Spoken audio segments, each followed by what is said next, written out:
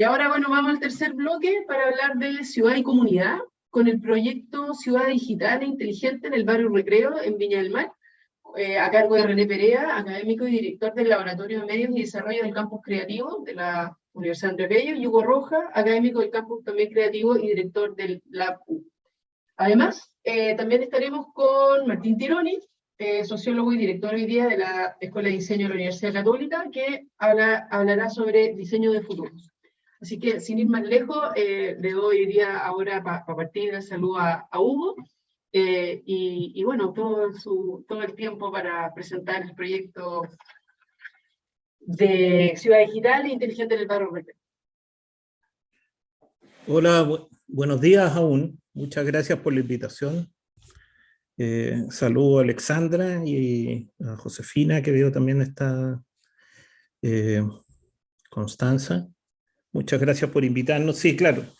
Este es un trabajo que venimos desarrollando en una línea de investigación desde hace 5 años, y los últimos 2 años nos hemos enfocado para escalarlo a un alcance barrial. Todo esto en una línea de trabajo que está asociado a lo que se conoce como Smart City o ciudades inteligentes. Nosotros hace un poco más de 2 años logramos transformar esta iniciativa, que surge como una iniciativa intraacadémica, podríamos decirlo hasta casi un intraemprendimiento académico, que después se va formalizando y se constituye hoy día en una unidad de trabajo especializada donde nos enfocamos en el tema de ciudades inteligentes, ciudadanos inteligentes, y desde ahí en alcance con las comunidades. Tengo una presentación, entiendo de que hay unos 10 minutos donde podría compartir. Tiene hasta 15, 20 minutos, Hugo. ¿Cuánto, perdón? 15 minutos si quieres tomártelos también. Bueno, voy a tratar de ser breve. Déjame ver.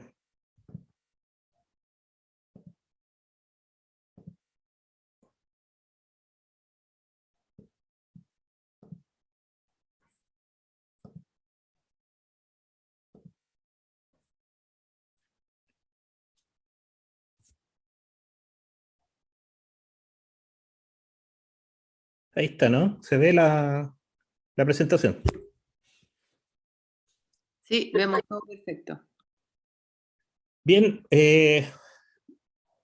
poner los puntos iniciales. Bueno, nosotros estamos trabajando desde el laboratorio Lab U, ¿no es cierto?, que es una unidad de investigación y proyectos asociado al dominio Smart City, que está alojado en Campus Creativo, que es un proyecto educativo de la Universidad Andrés Bello, nuestra casa de estudio, junto a René Perea, quien hoy día no va a poder estar. Precisamente en un par de minutos, después que salgamos de esto, a las 12 estamos con una actividad en terreno asociado a este proyecto dentro de una programación para la etapa 4 en la que ya estamos, ¿no es cierto?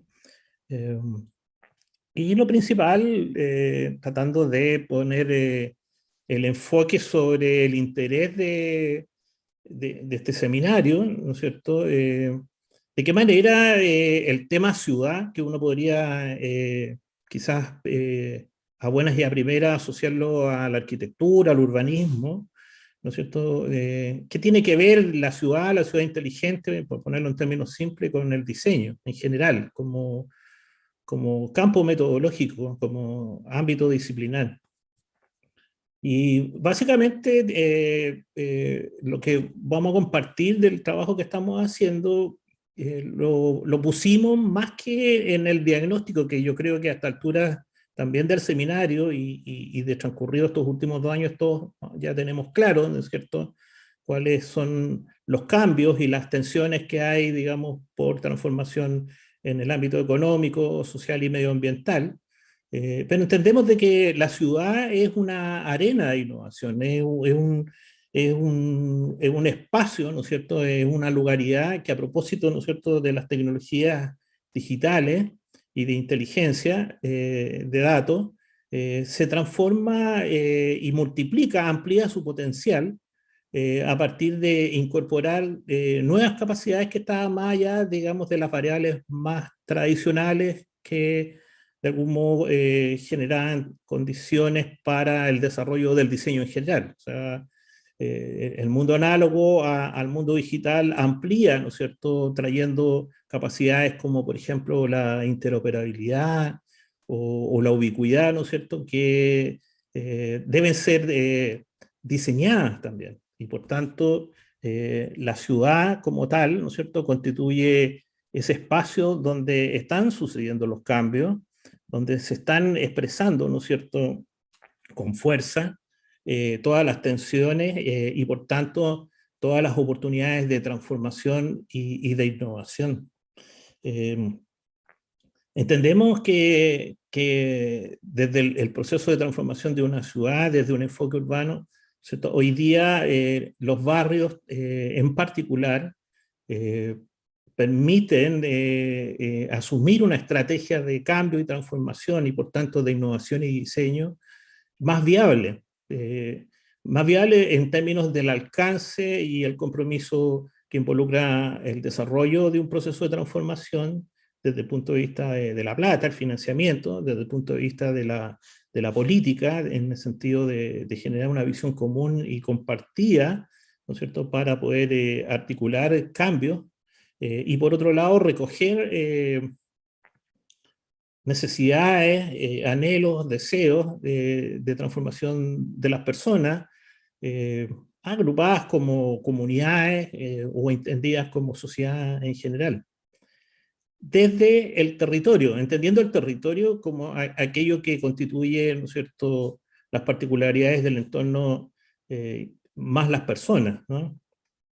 Y por tanto, el barrio es una estrategia viable de transformación y cambio para estos desafíos que se están planteando con toda fuerza.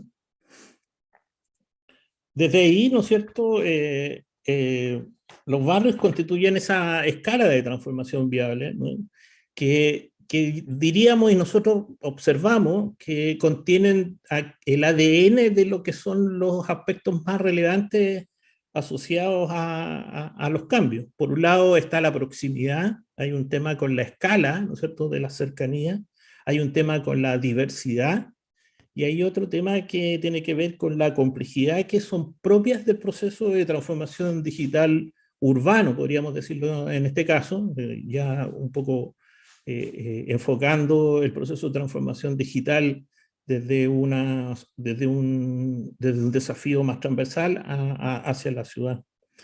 El proceso de transformación en general y el proceso de transformación urbano es inicial y principalmente hoy en día un proceso de transformación cultural. Y por tanto las personas y las comunidades, ¿no es cierto?, son relevantes, es donde hay que poner el ojo, donde hay que poner la oreja, ¿no es cierto?, y mucha atención. En las ciudades, las comunidades constituyen sistemas ejemplares del vivir en red, y desde ahí hay mucho que procesar, ¿no es cierto?, aprender y transferir dentro de las claves de lo que podría ser el trabajo de plataformas tecnológicas como, por ejemplo, modelos de inteligencia artificial asociados desde ese conocimiento, y que traen consigo, ¿no es cierto?, aspectos favorables como la asociatividad, la colaboración, la seguridad, el vivir en confianza, o más bien el vivir en la confianza. Por tanto, entendemos que las comunidades, asociándolo a la ciudad, desde los barrios, desde esa escala, ¿no es cierto?, constituyen sistemas cognitivos vivos, de aprendizaje y cambio. Ahí está pasando, a nuestro juicio, lo que tiene que pasar. Ahí es donde, a nuestro juicio, hay que poner, vuelvo a decir, la atención. Y el diseño tiene herramientas históricas, metodológicas, que están asociadas a los procesos de creación de valor, no necesariamente a los procesos de creatividad, que podrían estar más asociados al arte, sino que al diseño propiamente tal, ¿no es cierto?, donde es posible desde herramientas propias del campo disciplinar, ¿no es cierto? Identificar valor, ¿no es cierto? Transformar, configurar valor, por tanto, crear valor. Ahí hay un proceso que tiene que, a nuestro juicio, ser puesto en uso y en ese espacio de oportunidad, y que nosotros, desde el espacio académico en conjunto con académicos, investigadores y también con la participación de alumnos, hemos estado estructurando y articulándolo desde el laboratorio.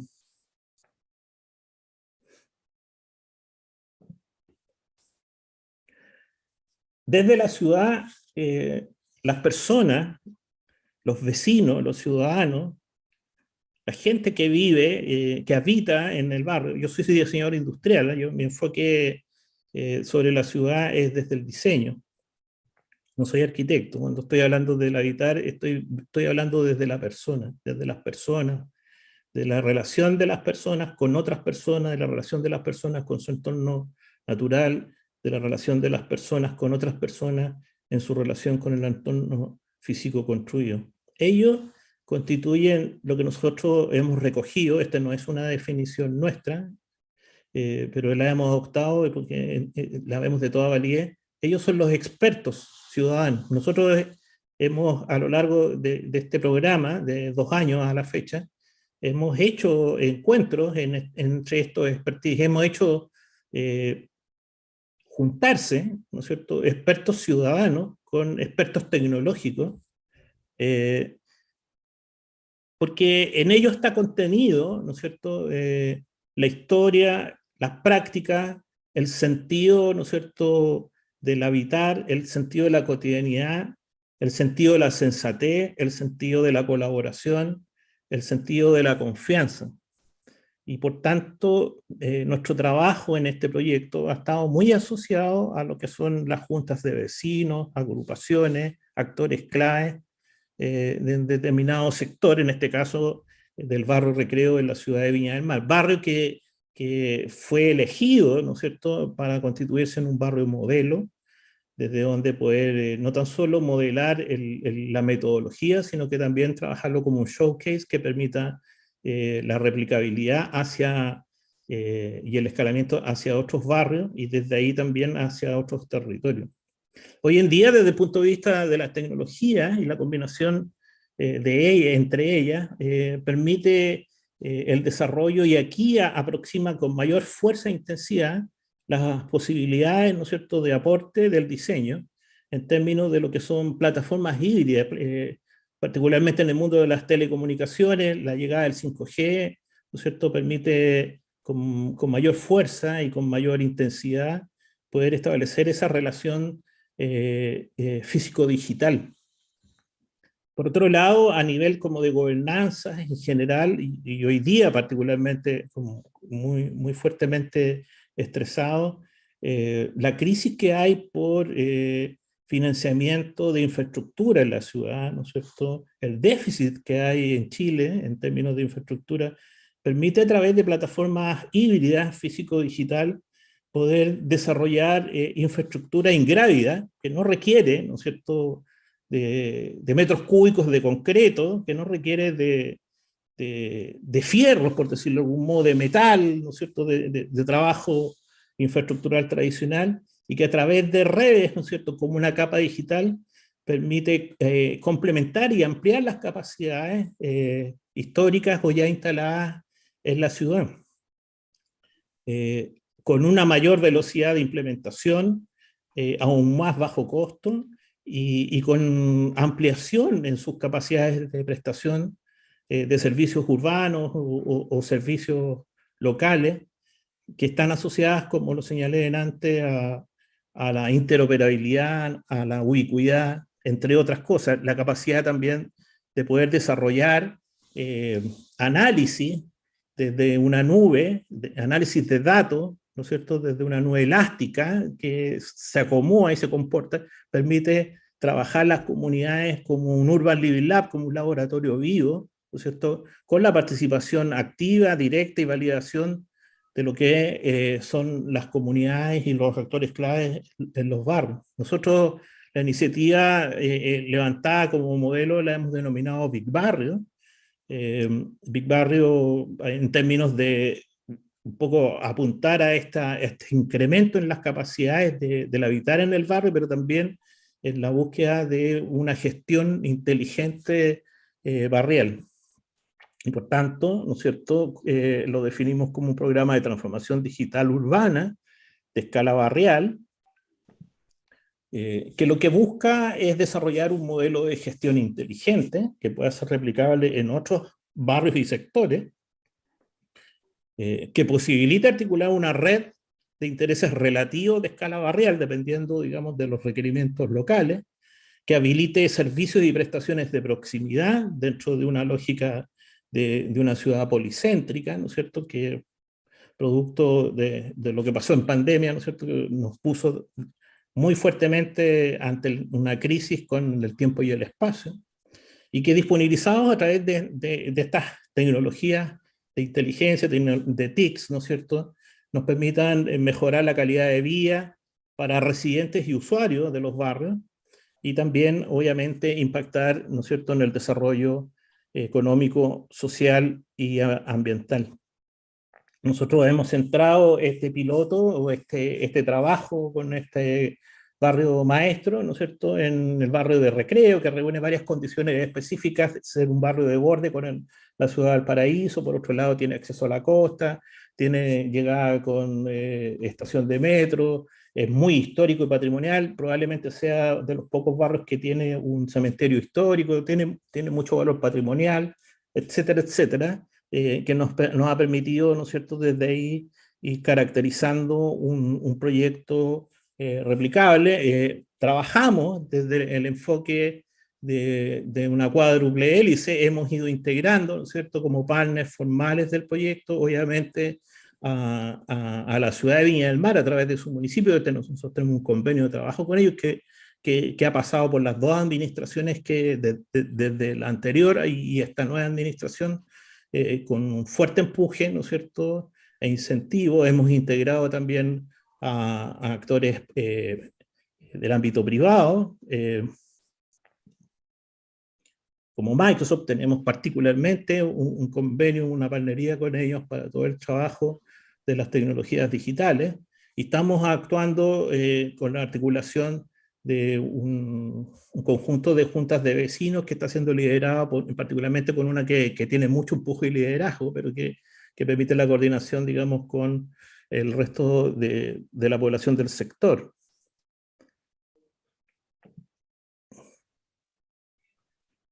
Hemos pasado por distintas etapas y fases. Hoy día estamos en la etapa 4, que tiene que ver con el diseño y desarrollo de la plataforma físico-digital para el barrio, a partir de un proceso de participación que tomó 5 semanas, ¿no es cierto?, durante el año pasado, para la construcción de una visión de transformación digital urbana del barrio, donde los actores, los vecinos, ¿no es cierto?, definieron qué es lo que querían cambiar, pero por otro lado también qué es aquello que querían mantener y qué es aquello que querían traer de valor pasado hacia este nuevo proceso de desarrollo digital. El proceso lo hemos basado en una metodología de Urban Living Lab. Nosotros nos hemos referenciado mucho con la metodología de Urban Living Lab de AMS, de Ámsterdam, que es una institución, un consorcio señero en estos temas. Y ahora estamos en una fase precisamente de codiseño, ¿cierto?, donde tenemos un proceso donde se va de coparticipación y donde se va validando en una mesa de trabajo continua, ¿no es cierto?, con los actores públicos, con los actores privados. Ahora también se nos está integrando un privado del ámbito de las telecomunicaciones y del 5G. Hemos desarrollado 4 etapas. Ha sido un proceso donde hay que ir trabajando muy fuertemente con las comunidades. Una primera etapa que la llamamos inmersión, una segunda etapa que fue Plaza Digital, ¿no es cierto?, durante el año pasado, que tiene que ver con precisamente dotar de distinciones sobre las tecnologías incumbentes en el proceso de transformación digital de un barrio. Trabajamos con expertos, ahí hicimos conversar expertos ciudadanos con expertos tecnológicos en formatos conversacionales asociados a temas de inteligencia artificial, Internet de las cosas, data y nube, ciberseguridad, transformación digital, ciudad circular, etc. Ese fue el proceso de Plaza Digital. Luego entramos en un proceso de participación y de construcción de una visión de transformación, que es la etapa 3, que es Metavisión, y ahora estamos en el epicentro del proceso de diseño y desarrollo, que termina con una prueba de concepto a fin de año con un prototipo funcional, que se llama Ecociudad, que lo hemos denominado Ecociudad.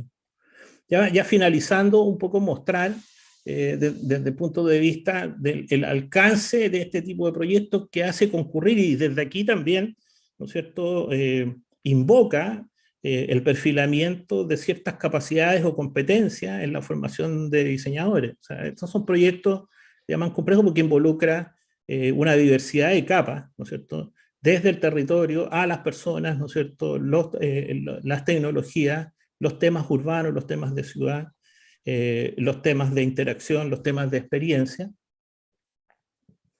Y ya finalizando, un poco cerrar, o tratando de resumir, en esta relación que uno podría hacer como utilitaria para el diseño.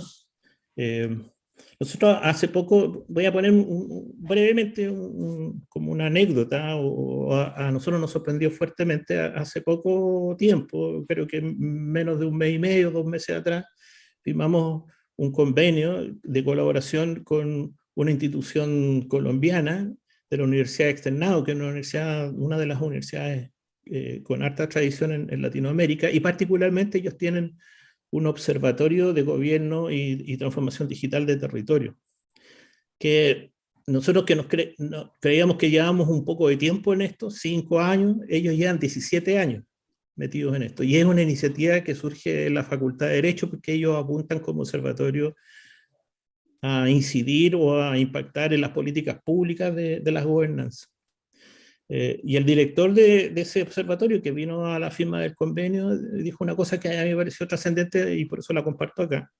Estamos hablando de una persona que es director de un observatorio enfocado al tema de transformación digital de las ciudades, doctor en Derecho, ¿no es cierto? Dijo, Hugo nos contaba ahí en la conversación, este es un tiempo de diseño. Él no estaba hablando que era un tiempo del diseño, estaba hablando que era un tiempo de diseño. Todo lo que está pasando, ¿no es cierto?, tiene que ver con que hay que diseñar, ¿no es cierto?, las nuevas prácticas, los nuevos requerimientos, las nuevas formas, con los nuevos alcances y disponibilidades, hay que diseñar. Nosotros nos estamos preparando en entender cómo se diseña para poder integrarlo y cumplir con este rol, ¿no es cierto?, de articulación políglota, por decirlo. Hay que tener entendimiento, manejar y entender esos procesos de diseño. Por eso a nosotros nos parece tan interesante el enfoque que tienen ustedes. Entonces, en este tiempo de diseño y en este desafío centrado en una arena de innovación como es la ciudad, escalado, ¿no es cierto?, a la unidad donde está concentrado el ADN de las transformaciones hoy en día, que son las comunidades, los barrios, uno podría decir, ¿qué es lo que hay que diseñar? Y esto es meramente disciplinar del diseño, no es de arquitectura, ni es de urbanismo, ni es de políticas públicas. Es a escala de pie, ¿no es cierto?, a escala de usuario. Es el nuevo valor de uso de la ciudad. Como hay una crisis de financiamiento por infraestructura, lo que hay que, no va a haber por ahora, por un rato largo, no va a haber nuevas obras de infraestructura. Por lo tanto, hay que diseñar ese nuevo valor de uso, y eso es meramente diseño. El otro aspecto es centrado en las personas, en sus prácticas, en su historia, en sus deseos, en sus intereses. Y ahí hay metodología para tirar a la chuña, por decirlo, histórica, referencias desde el ámbito del diseño. Lo otro que tanto se habla y se ha hablado de la data, el nuevo petróleo. La data per se no vale. en cuanto sí sea contenido útil, y eso hay que diseñarlo. La data tiene valor en cuanto sea contenido útil, tanto para quien la analiza como para quien la usa. Y lo otro que quedó demostrado con los últimos acontecimientos pandémicos, ¿no es cierto? Y que están afectando también los modos de estructuración del trabajo, de la educación, ¿no es cierto? Del vivir, que trajo impetuosamente esta crisis con el tiempo y el espacio, es precisamente diseñar para las proximidades, para la cercanía, para la interacción cercana, ¿no es cierto? En un modelo de vida y de ciudad sostenible, que permita incentivar, ¿no es cierto?, la relación con otros, que permita incentivar la caminabilidad, la micromovilidad, el vivir en red. Gracias, Hugo. Con esta lámina estoy cerrando. Hemos querido un poco sintetizar, sin dar mayor detalle, sino que un poco tratar de llevarlo a experiencias que hemos ido sacando a lo largo, particularmente con este proyecto de Big Barrio, que creemos que podrían ser de utilidad compartirlas en este espacio al cual nos han invitado. Eso es nuestra presentación preparada para hoy. Muchas gracias, Hugo. Muy interesante. Y en honor al tiempo voy a ir sin más preámbulo a presentar en este mismo panel a Martín Tironi, sociólogo, y bueno, ya les expliqué, es el actual director de la Escuela de Diseño de la Universidad Católica, y que nos va hoy día a hablar sobre diseños del futuro, y siempre pensando que estamos en el panel de ciudad y comunidad. Así que te dejo el piso acá, Martín, y después vamos a terminar también con algunos comentarios y poder cerrar este Saberes del Futuro de este año. Gracias. Ahí estamos, vemos la presentación. ¿Se ve en qué modo se ve entera o se ve? No, se ve para ti en el fondo, con doble pantalla. ¿Y ahí? Ahí estamos bien. Ahí estamos bien, ya. Ahí estamos bien. Bueno, en primer lugar, gracias por la invitación. En esta presentación voy a compartir algunas reflexiones que he venido haciendo este último tiempo a propósito de un proyecto Fondesit sobre diseño de futuros en la era de la inteligencia artificial y diseño multiespecie, que es otra línea de investigación que desarrollo. Una reflexión respecto al rol del diseño para la generación de futuros alternativos. Entonces, si bien el diseño tiene una relación natural y por su carácter proyectual con la idea de futuro, en esta presentación voy a proponer que esta relación con el futuro tiene que ser problematizada en un momento de crisis planetarias como el que estamos viviendo actualmente. Voy a sugerir que la práctica del diseño debe explorar nuevas formas de involucrarse con la idea de futuro, y para ello necesita activar lo que voy a llamar como un proceso de descolonización de los regímenes o de las formas de entender el futuro hoy dominante. La hipótesis que quiero compartir hoy con ustedes, que no tiene que ver necesariamente con la ciudad, yo no sabía que era un panel de ciudad, es que en un momento donde la idea de futuro parece agotarse, o una idea de futuro que parece encapsulada en un presente dominante, parece más necesario que nunca criticar la noción de futuro hoy dominante y repensar otras formas de proyectar, de apoderarse de este concepto. Entonces, para ello voy a tratar de proponer algunos desplazamientos que permitan pensar futuros más abiertos y que escapan a la lógica de continuidad con el presente y permitir contrarrestar a este proceso que llamo de cancelación de escenarios futuros.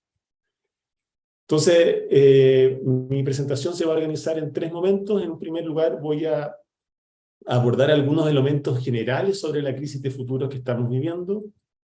Luego voy a proponer 3 operaciones, 3 desplazamientos o 3 provocaciones para esta idea de descolonizar la idea de futuro.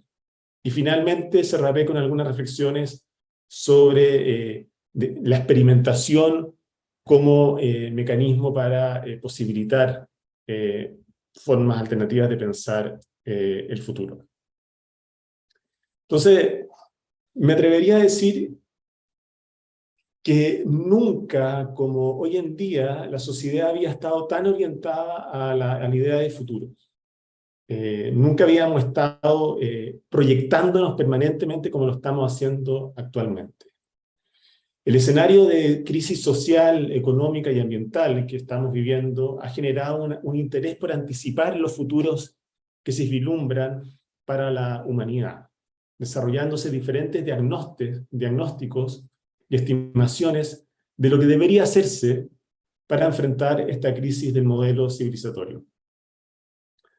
Han surgido un verdadero, me atrevería a decir, mercado de futuros, con todo tipo de tecnologías, procedimientos, discursos orientados a comprender y anticipar los futuros. Por ejemplo, en Francia están los estudios que se llaman de la colapsología, vinculado a la catástrofe ecológica, que se han tomado literalmente el debate público en los últimos años, con distintos libros, bajo la premisa que si no tomamos buenas decisiones en el futuro, una sociedad entera, literalmente, colapsaría. Ahora bien, el auge de este, como se le llama, futurological works, o estos estudios de futuro, me parece que ha encontrado 2 circuitos, 2 vitrinas principales de circulación que quiero enfatizar. El primero está vinculado a la inteligencia artificial, al auge de la inteligencia artificial como herramienta para enfrentar múltiples problemas de la sociedad contemporánea, y el otro está vinculado a los Future Studies, que está muy vinculado al diseño estratégico, que se ha hecho muy común en el mundo del diseño. Entonces, comencemos con el ámbito de la inteligencia artificial, que lo voy a hacer relativamente rápido. Como saben, está emergiendo un importante imaginario, podríamos llamar un imaginario sociotécnico, en torno a las capacidades predictivas y anticipatorias de los sistemas algorítmicos basados en inteligencia artificial. Sin ir más lejos, según varios evangelizadores de esta tecnología, la inteligencia artificial es hoy por hoy la herramienta que más prosperidad, que más futuro promete a la economía, a los sistemas productivos y al bienestar de la sociedad en general. Supuestamente, gracias a los avances de los sistemas algorítmicos basados en Big Data, se habla que estaríamos asistiendo a nuevos regímenes de futuro, donde la idea de futuro se transforma en algo mucho más manipulable, intervenible, calculable a través de estos sistemas de anticipación basados en Big Data. O sea, el futuro deja de ser una categoría abstracta y se vuelve algo activable, accionable, anticipable. Entonces, en base a los datos recolectados, estos sistemas pueden anticipar las futuras enfermedades, por ejemplo, los flujos, las probabilidades de fracaso, de enfermedad, de pago, de cometer delitos, de ser un buen empleado, de ser un buen ciudadano o incluso de ser un buen amante, ¿no es cierto? Todo eso pasa a ser controlado. Diversos autores han mostrado cómo los sistemas basados en inteligencia artificial están de alguna manera algoritmizando los posibles futuros, neutralizando los potenciales riesgos o los malos comportamientos de la sociedad. Se habla de que son técnicas de desfuturización, que no solo tienden a reducir la variedad de las posibilidades futuras, sino también conlleva un proceso de racionalización o un proceso de economización del futuro, dado que si tenemos capacidad de anticiparlo, podemos capitalizar el futuro. Y si bien los promotores de estos sistemas presentan sus operaciones como hechos objetivos y perfectamente democráticos, es fundamental identificar cuáles son las implicancias éticas, sociales, culturales que esta forma de racionalización del futuro está generando en la sociedad. Por otra parte, en los últimos años ha habido un gran interés por cruzar el diseño con los llamados estudios de futuro, desarrollándose diferentes enfoques, perspectivas, métodos para prospectar futuros. Esos métodos de diseño de futuro están siendo, por ejemplo, muy usados en el mercado de la innovación, en el mundo del design thinking, del policy making, ya ha permitido, sin lugar a dudas, que el diseño ingrese con éxito al mundo de las perspectivas, del forecasting y de la estrategia. Ahora, no pretendo ser exhaustivo en la revisión de estos estudios, no es mi área en particular tampoco, pero quiero señalar algunas limitaciones que lógicamente no son generalizables a todos los enfoques, pero algunas limitaciones que uno puede identificar a partir de la literatura que yo he revisado. En primer lugar, reconociendo el valor que tienen estos enfoques para la toma de decisiones, me parece que estas perspectivas de diseño futuro tienen un marcado énfasis en generar certezas sobre el futuro más que tensionar o problematizar o interrogar esos futuros. En esa línea, esos trabajos predomina un esfuerzo por empaquetar las metodologías que permitan capturar escenarios y identificar la plausibilidad de ciertas tendencias a que se reproduzcan en el futuro. Por ejemplo, muy común en estos circuitos empresariales y en los estudios de perspectiva es el llamado, ¿no es cierto?, cono de futuro, que ahí ven una imagen, donde se ordenan según futuros posibles, probables, preferidos, etc.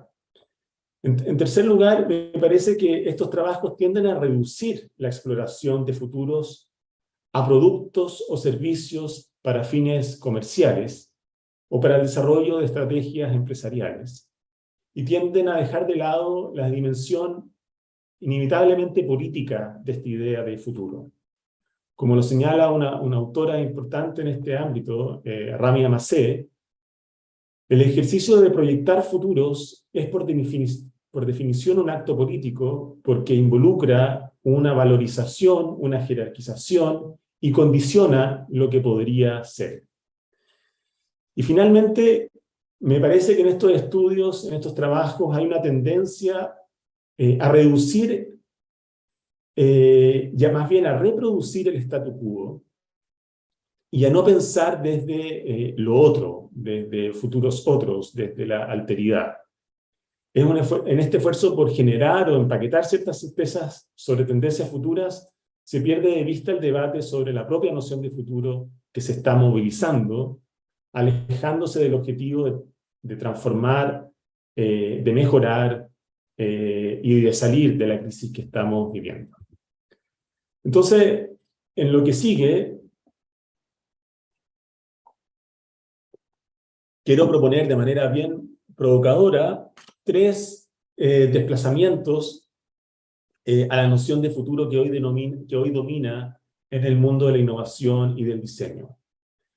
Lejos de pretender cerrar la discusión, mi propósito es abrirla hacia una reflexión sobre las potencialidades del diseño para generar futuros más inclusivos, más empáticos y sobre todo más sustentables ante la crisis ecosistémica que estamos viviendo.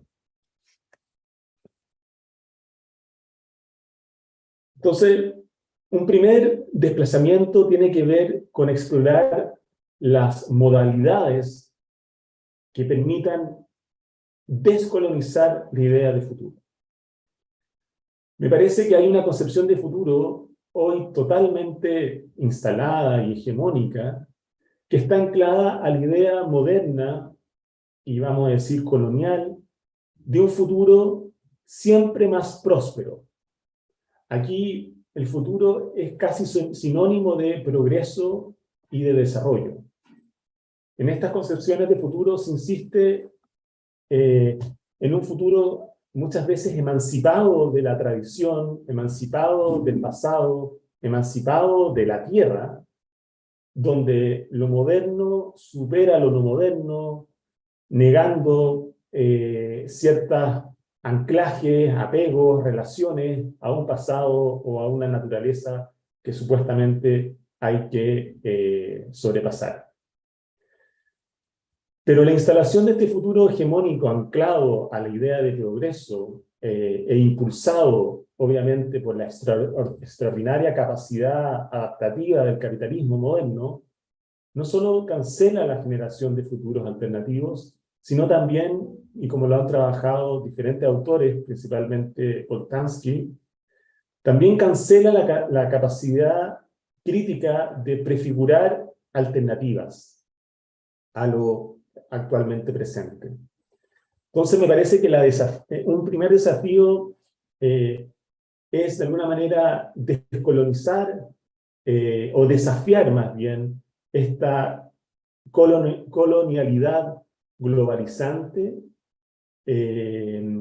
asumiendo que tenemos un déficit de futuro, un déficit de ventanas de futuro, y eso tiene que ver también con el agotamiento del proyecto de progreso moderno, y por lo tanto nos obliga a salir de un futuro que se pliega o un futuro que está completamente encapsulado con un presente dominante. Es decir, son futuros que no generan futuros porque finalmente están informados y agarrados y tejidos con un presente que se reproduce con fuerza.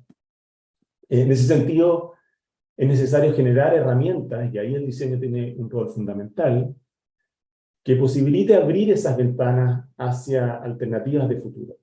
Y acá la tradición del diseño especulativo, el diseño crítico, es muy importante justamente para prefigurar esas alternativas, generando estrategias que podríamos llamar de desfamiliarización, de extrañamiento o de tensión para redireccionar las normalizaciones, el statu quo y pensar, ¿no es cierto?, futuros distintos.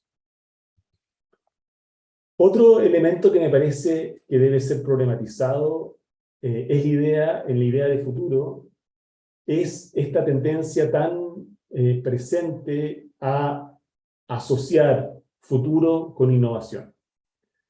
La circulación de las llamadas estrategias de diseño de futuros suele vincularse a los discursos de innovación, a futuros que tienden a celebrar lo nuevo por sobre lo viejo o por sobre lo preexistente. Es decir, hay una idea de futuro que se asocia fuertemente a esta nomenclatura, a esta semántica de términos vinculados a crecimiento, desarrollo, modernización, mejores tecnologías, etcétera, etcétera.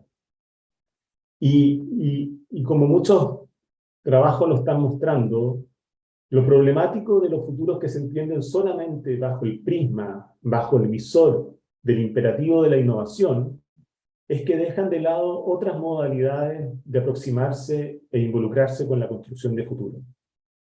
Cuando entendemos el futuro como innovación solamente, reproducimos una lógica moderna y colonial y presentista de un futuro que avanza eliminando la relación con la multiplicidad y con la potencialidad que tiene el pasado. Por lo tanto, diseñar futuros debería reconsiderar una práctica tan denostada, antigua, que es la de la mantención, que es el de la reparación, que es el del cuidado. Entonces me parece que desarrollar un futuro más ecológico no puede pasar solamente por seguir celebrando la innovación de más y más, sino que también pasa por pensar cómo desdiseñar, si se quiere, los modelos de vida insustentables que hemos creado los modernos, como diría el reciente filósofo fallecido Bruno Latour. Tony Fry, que es un filósofo australiano del diseño, señala la necesidad de redirigir el diseño hacia las prácticas de reparación. Y cito, no se puede estar en el mundo sin cuidado. El cuidado es requisito para ser lo que uno puede ser. Entonces, habitar el futuro no es solo innovar, no es solo producir, consumir y extraer, sino también cuidar, mantener. Entonces, ante la crisis ecológica que tenemos y que estamos enfrentando como humanidad, hablar de futuro ya no puede significar el desarrollo de productos nuevos ni la producción como imperativo de transformación. Y necesitamos pensar futuros orientados bajo esta ética del cuidado, de la mantención, de la regeneración, de la reparación.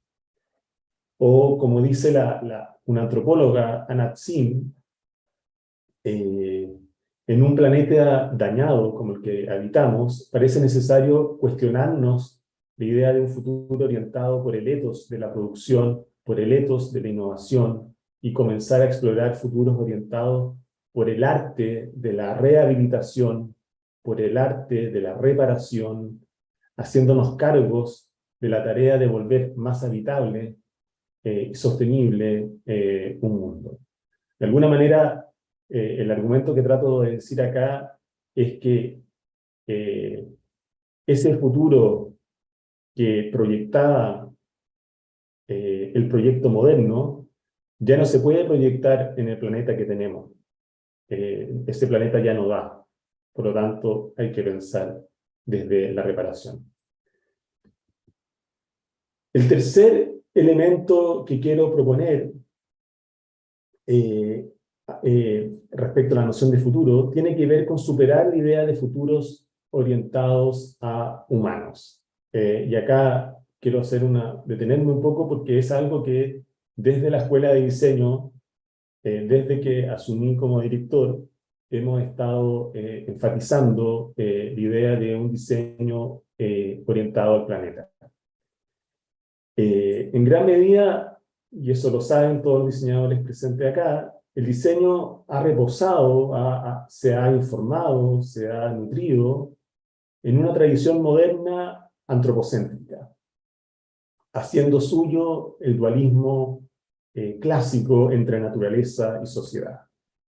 Ese dualismo tiende a pensar, a abordar la naturaleza como un objeto y la sociedad como un sujeto.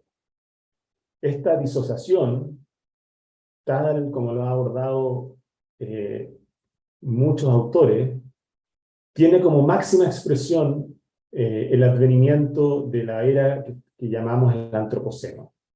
Una era en la cual la relación que hemos establecido con el planeta ha llegado a un punto crítico de insostenibilidad por la expansión justamente de este dualismo entre sociedad y naturaleza que ha apabullado la Tierra y ha generado una pérdida de estos modos relacionales de mutuo cuidado de habitar la Tierra.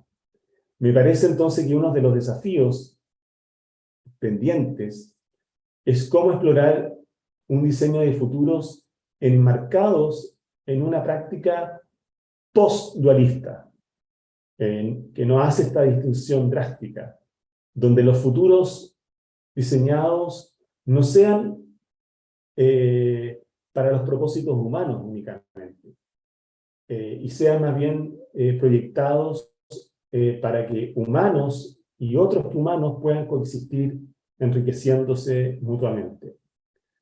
Entonces, diseñar futuros más humanos, o no solamente para humanos, no solamente orientados para humanos, supone transitar desde una lógica instrumental que busca domesticar al planeta, objetivarlo, instrumentalizarlo, y que comprende a sus seres como entes estáticos, a una lógica donde el valor está puesto en las relaciones que establecemos con los otros seres que habitan la Tierra y generar formas de coexistencia entre humano y no humano.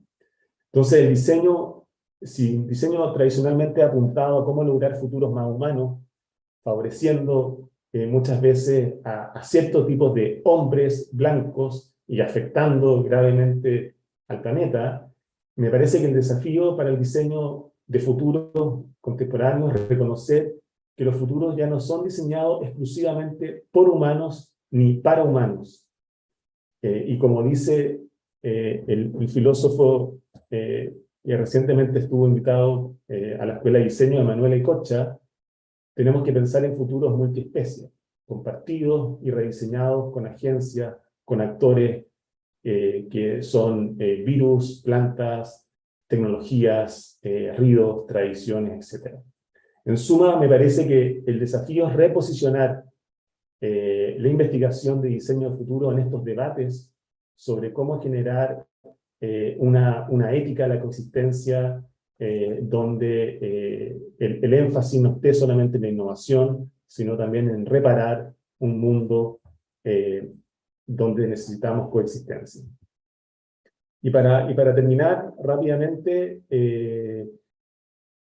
quiero señalar algunos énfasis que me parecen relevantes sobre el tema de diseño futuro. Creo que si hablamos de la posibilidad de diseñar futuros descoloniales o desde el sur, como se dice, pasa por tomarse en serio la idea de Appadurai, que es un antropólogo que ha escrito mucho sobre la idea de futuro, y es la idea de que el futuro no es único, no es un campo compartido por todos, ni tampoco es un asunto apolítico, sino más bien el futuro es un campo en disputa, y lo más importante, no todos tenemos la misma oportunidad de imaginar futuros.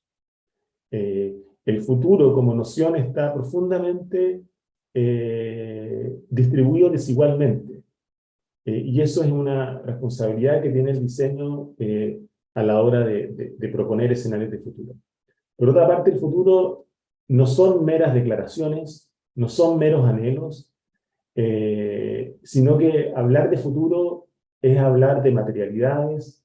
Los futuros orientan recursos, los futuros orientan expectativas, orientan materialidades, o sea, tiene un componente material muy importante.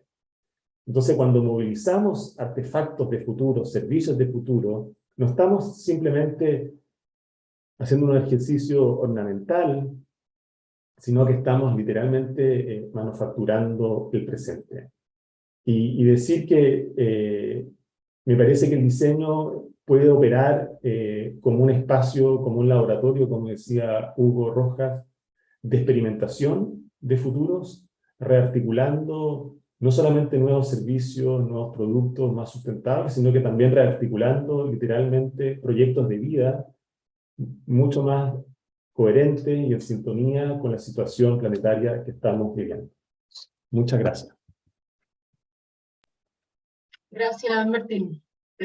Muy interesante tu ponencia, nos deja pensando harto. Creo que es bien interesante como desde la perspectiva también de lo que hemos visto hoy día, partiendo a lo mejor desde los distintos niveles que hay en el diseño, que vamos desde la producción a la estrategia y después a los sistemas y la estrategia, pero en el fondo cómo pensamos el futuro y dónde estamos involucrados nosotros como diseñadores. O sea, hoy día, y un poco trato de unir de alguna manera los dos proyectos que acabamos de escuchar, y que hoy día, partiendo de la base de que contamos con una información, no digo infinita, pero gigantesca, y en el cual, en el fondo, el proyecto del barrio recreo de alguna manera se asienta, o sea, en el uso de eso, cómo también las personas se van insertando en estas realidades con estos futuros y cómo la miramos desde, como decías tú, como desde la relación del sur, desde esta mirada no colonial y cómo avanzamos hacia ello. Ahora, les quería hacer a lo mejor unas preguntas, a lo mejor más breves en honor al tiempo. Entonces, dentro de como también de esa perspectiva que hablaba Martín, de que a lo mejor no todos tienen todas las mismas capacidades o posibilidades de pensar esos futuros, de que las realidades son distintas en esta colonización, que incluso puede ser como de formas de pensar, del uso de las tecnologías, de una manera que estamos... ¿Qué pasa eso? La pregunta va a Hugo, como desde el proyecto, desde la escala de barrio, desde un barrio que lo conozco bien, yo también estoy aquí en Viña, un barrio bien tradicional en Viña del Mar, probablemente con un público hoy día que se está gentrificando, quizás gente más joven, pero también hay público mayor importante.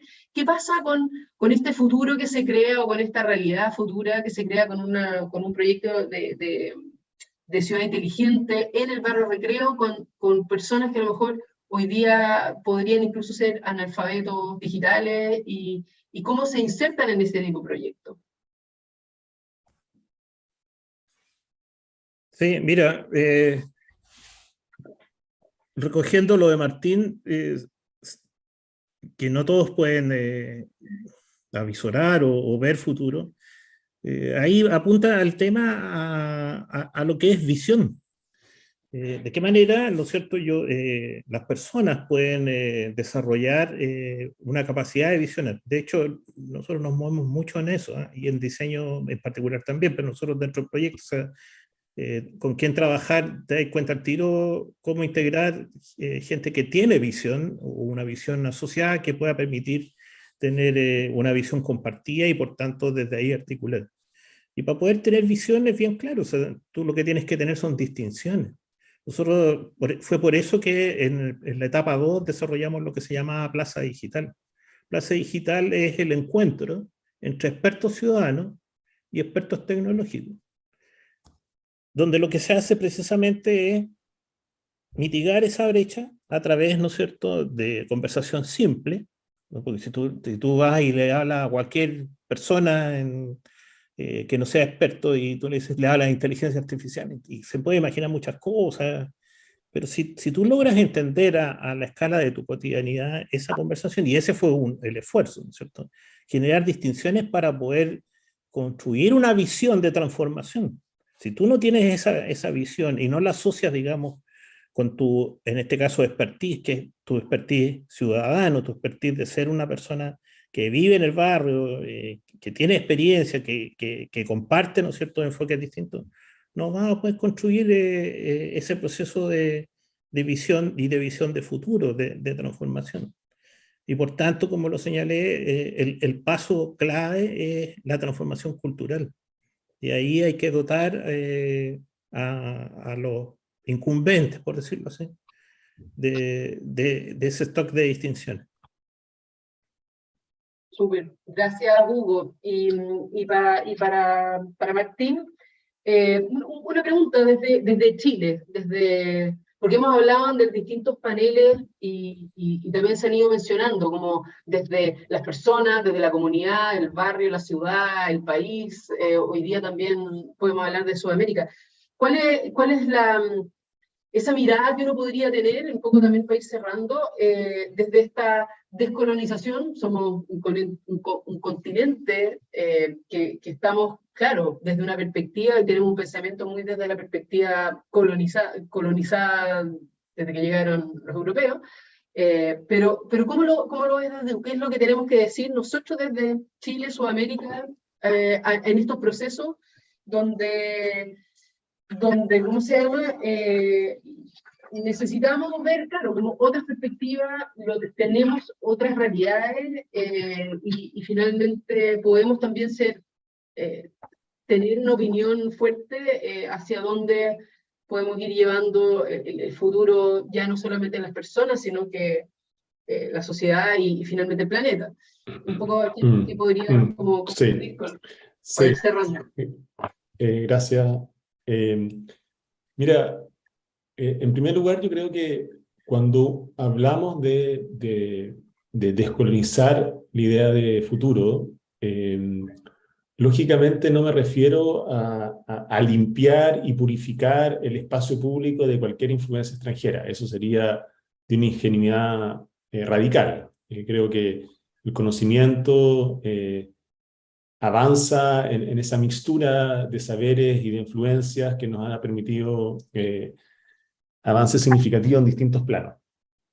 El problema, y un poco de ahí viene mi provocación, es cuando empezamos a adoptar, por ejemplo, un ámbito que me incumbe a mí, tecnologías, por ejemplo, la inteligencia artificial, y esas tecnologías vienen formateadas, vienen predefinidas por una serie de criterios que son europeos, o son anglo-europeos, que tiene que ver con una noción de ética particular basada en el individuo, por ejemplo, el individuo emprendedor, o son datos entrenados con un tipo de comportamiento de hombre blanco caucásico, que trabajan en ciertos espacios urbanos que tienen ciertas características. Entonces, cuando nosotros heredamos esas tecnologías y no las cuestionamos y no buscamos aterrizarlas a los territorios y a los problemas locales,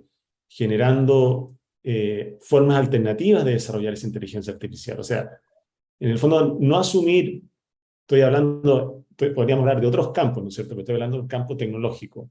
No asumir que esa inteligencia artificial es universal, es una inteligencia desarrollada y entrenada en contextos particulares, y el desafío, por ejemplo, en el mundo del diseño, es cómo incorporamos criterios, valoraciones locales, chilenas,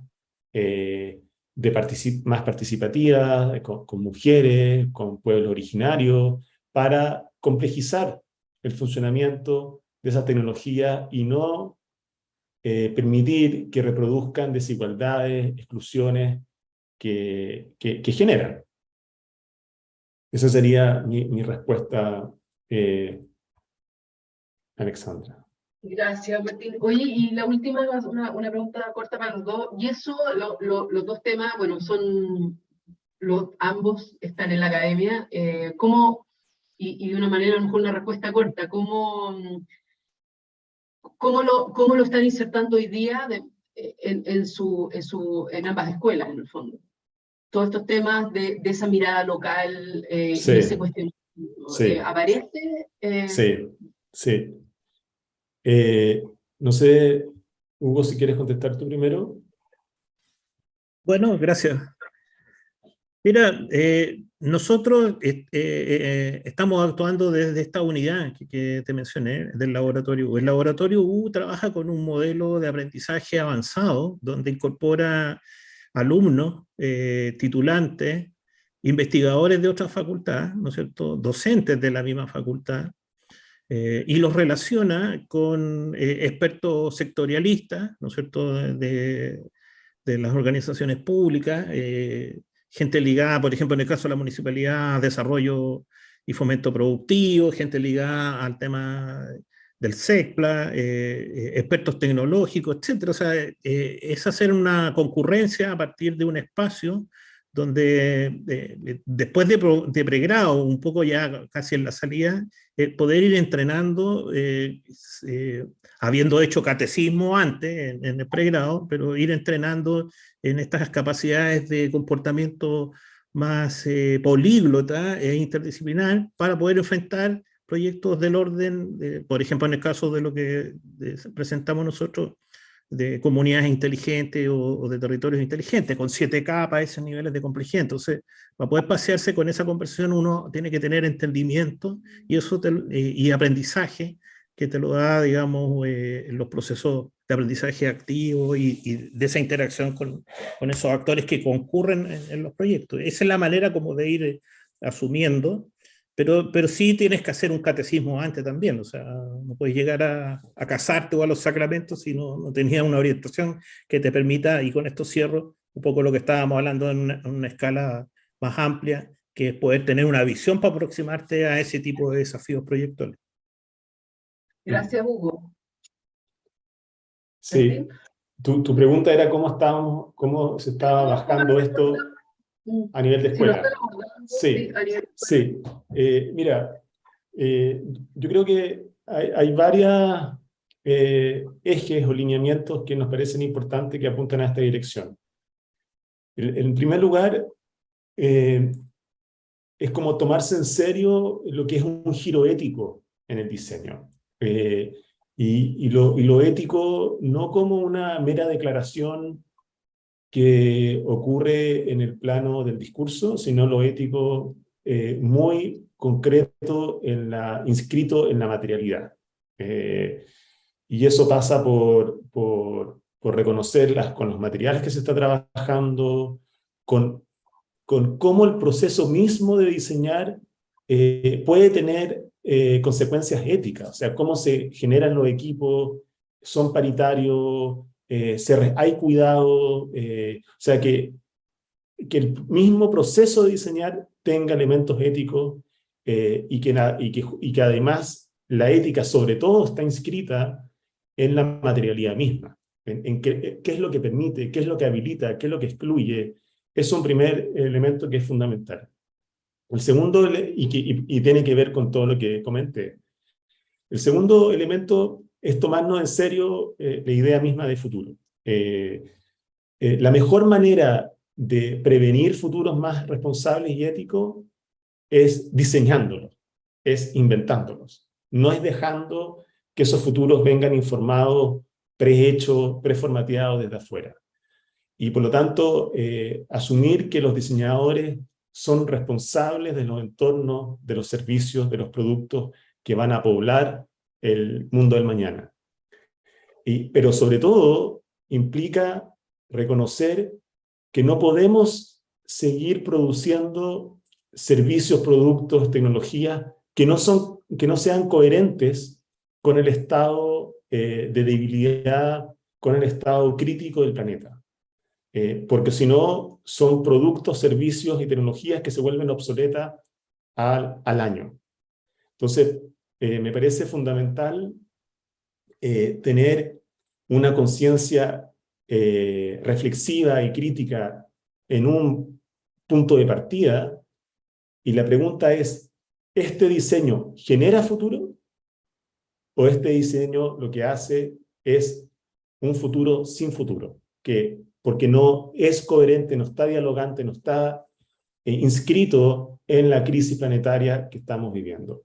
Y finalmente, nos parece fundamental, y otra cosa que estamos enfatizando, reivindicar las formas de hacer, las formas de tejer, de entretejer, que tienen los territorios de todo Chile. Tenemos la suerte de tener el programa de artesanía, en donde podemos tener una suerte de radar permanente en qué están los oficios distribuidos, esos saberes que no tienen que ver con la innovación, no tienen que ver con la última tecnología, pero sí tiene que ver con un entretejimiento de saberes, de cosmología, de territorio, y que me parece muy importante tener y atender y cuidar.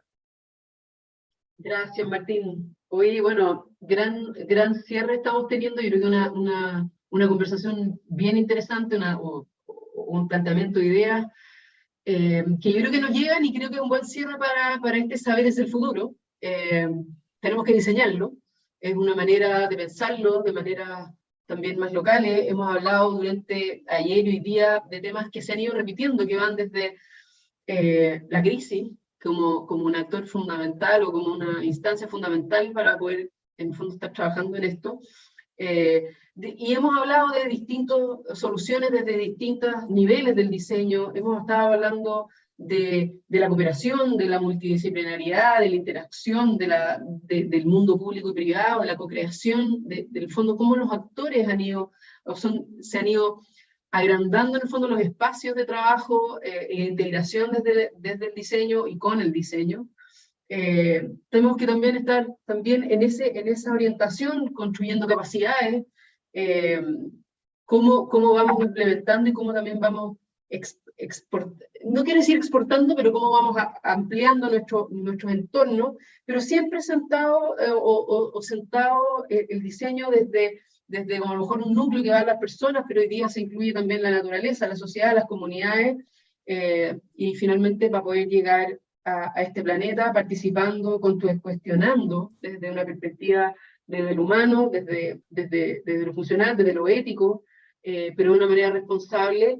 No quiero hacer como un gran final, pero quería como tratar de rondear las ideas que han ido saliendo y que yo creo que se han visto reflejadas en distintos proyectos. Hay algunos que se notan las influencias de cada uno, a lo mejor de ustedes en particular, proyectos que han salido desde comunidades pequeñas, que se escalan, que se producen afuera, que se están desarrollando y que se expanden. O sea, y aquí creo que lo interesante es cómo desde acá, desde Chile, de distintas localidades, desde no podemos salir al mundo, podemos pensar de maneras distintas, podemos aportar con nuevas, o sea, no sé si nuevas, pero con una mirada local, una mirada que se inserta y que finalmente también sea de una manera de mejorar también cómo estamos viviendo y pensar también en estos futuros. Así es que, bueno, ir cerrando, le agradezco en esta ocasión a Martín, a Hugo y a todos los invitados que tuvimos ayer y hoy día, y dejarlos invitados para que estas charlas las puedan ver también en el canal de YouTube de Chile Diseño. Creo que hay temas súper interesantes para compartir con sus compañeros, si son alumnos, docentes, y también a todo nivel de la comunidad del diseño en Chile. Así que, de nuevo, muchas gracias, y nos estamos viendo. Viene el mes del diseño, así que ahí también estaremos desde Concepción, trabajando desde el diseño y el territorio y el diseño en Chile. Así que un gusto y buenas tardes, que tengan un buen día. Muchas gracias. Chau, Gracias, chau. Alexandra.